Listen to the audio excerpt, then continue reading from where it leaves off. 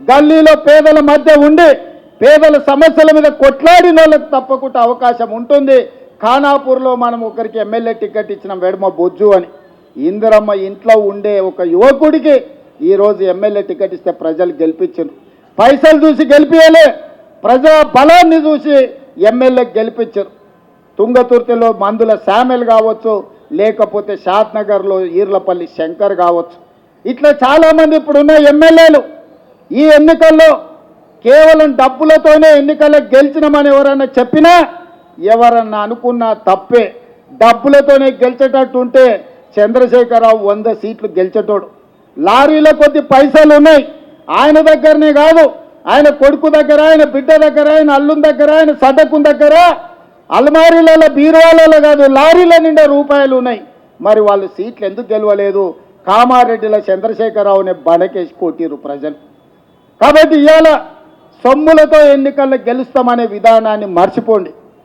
ప్రజల శ్రమ ఉంటే, ప్రజలతో ఉంటే ఎన్నికల్లో గెలిచే అవకాశం ఉంటుంది.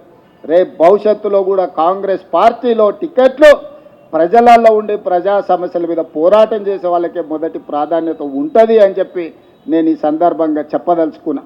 నిన్నమన్నాయన అన్నాడు కేసీఆర్ గారు, నేను కొడితే గట్టి కొడతాను. నేమన్నా చెప్పిన, అయ్యా ఏందయ్యా కొట్టడానికి, అదేమన్నా ఫుల్లా ఆఫా గట్టి కొట్టడానికి అని అడిగిన. చంద్రశేఖరరావు గారు ఈ వేదిక మీద నుంచి చెప్తున్నా, నీ గట్టి కొట్టాలంటే నీ కొడుకును వంగబెట్టి కొట్టు. ఎందుకంటే ఆయన తిరుగుళ్ళు చూడు, అటు చేసే వ్యవహారాలు చూడు. నీ బిడ్డను 2 చప్పరి, ఎందుకంటే లిక్కర్ దందాలో ఉండి ఈడ నిన్ను ఓడించిందే కదా, ఆడ కేజ్రీవాల్ కూడా మింగేసింది. నీ అల్లుడు భూదందాలు చప్పరి, నీ అల్లుని పట్టుకొని 4 గట్టిగా కొట్టు. వాళ్ళను కొడుకుని కొట్టు, అల్లుని కొట్టు, బిడ్డను కొట్టు, సడ్డకుని కొడుకుని కొట్టు, గట్టి కాదు కట్టె తీసుకొని కొట్టు. వీళ్ళు చేసిన దుర్మార్గ సమాజం చూసింది కాబట్టే నిన్ను గట్టిగా వంగబెట్టి కొట్టింది తెలంగాణ సమాజం అని చెప్పిన చంద్రశేఖరరావుకు ఆయనకు చెప్తున్నా. ఇక ఆయన ఊరిస్తున్నాడు, ఇక నేను వస్తున్నా బయటకు అని. అయ్యా నువ్వు బయటకు వచ్చినప్పుడు, నువ్వు కుర్చీలో ఉన్నప్పుడే మా యూత్ కాంగ్రెస్ కార్యకర్తలు నేను బండకేసి కొట్టిరు. మళ్ళీ వచ్చేదే ఉంది.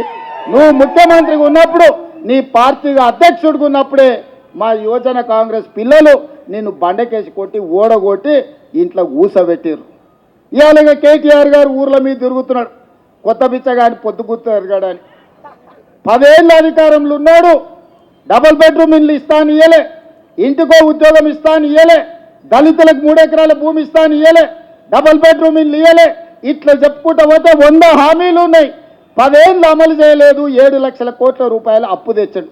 10 నెలలు కూడా కాలేదు, అప్పుడే బిచ్చగాని గంగిరెద్దులో సంక్రాంతి పూట గంగిరెద్దుల్లో వచ్చినట్టు ఊరు తిరుగుతున్నాడు. ఈ ప్రభుత్వం ఏం చేయలేదని. ఈ ప్రభుత్వం 5 ఏళ్ల కోసం ఎన్నికైంది. మొదటి సంవత్సరంలోనే 55,000 ప్రభుత్వ ఉద్యోగాలు ఈ ప్రభుత్వం ఇచ్చింది.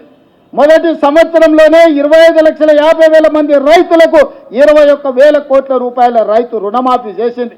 నువ్వు ఎగ్గొట్టిపోయిన రైతు బంధు 7,625 కోట్ల రూపాయలు నేను వచ్చినాక రైతు బంధు మొదటి విడత వేసిన.